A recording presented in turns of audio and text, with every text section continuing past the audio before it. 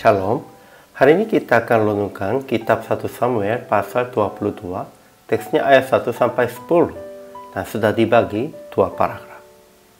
Paragraf yang pertama ayat 1 sampai 5, Daud lari lagi ke Gua Adulam dan berhimpun orang-orang yang dalam kesukaran. Kemudian mereka pindah ke hutan Keret di tanah Yehuda. Paragraf yang kedua ayat 6 sampai 10. Saul menegur pegawai-pegawainya sebab dia berpikir mereka menolong Daud. Ketika Doeg, orang Edom, berkata kepada Saul tentang karena Ahimelek menolong Daud.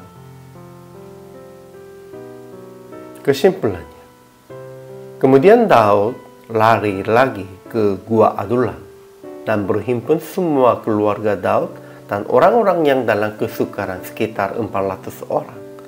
Dan Daud datang kepada Raja Moab supaya orang tuanya tinggal padanya.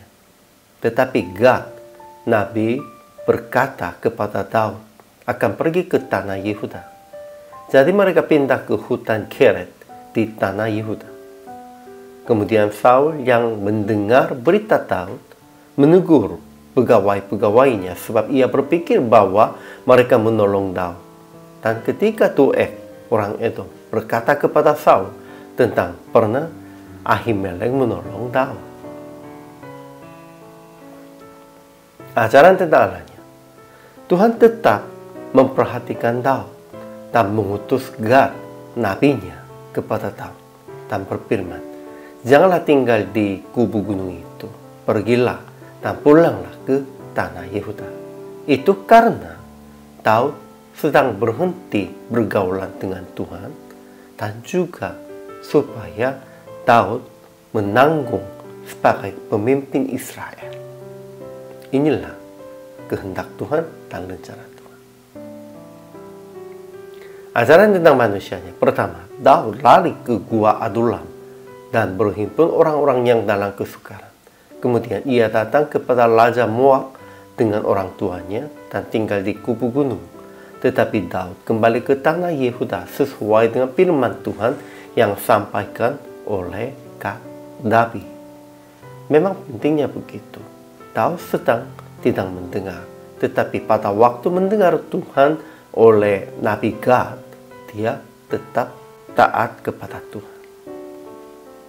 Kedua, Saul yang mendengar berita Daud menegur pegawai-pegawainya sebab ia berpikir bahwa mereka menolong Daud, dan Saul berkata bahwa semua pegawainya mengadakan persepakatan melawannya sendiri dengan Yonatan dan Daud. Lalu Doeg, orang Edom, menjawab kepada Saul bahwa karena Ahimelek menolong Daud. Kemudian aplikasi hari ini. Pertama, tetap usaha akan mendengar firman Tuhan melalui doa, baca Alkitab, dan mendengar nasihat hambanya. Kedua, jangan membuat orang-orang mengatakan dalam kesukaran karena perbuatan Anda. Tetap usaha akan membuat banyak orang merasa sukacita dengan perbuatan yang baik Anda.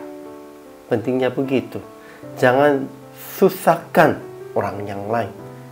Lebih baiknya kita harus membuat banyak orang merasa sukacita.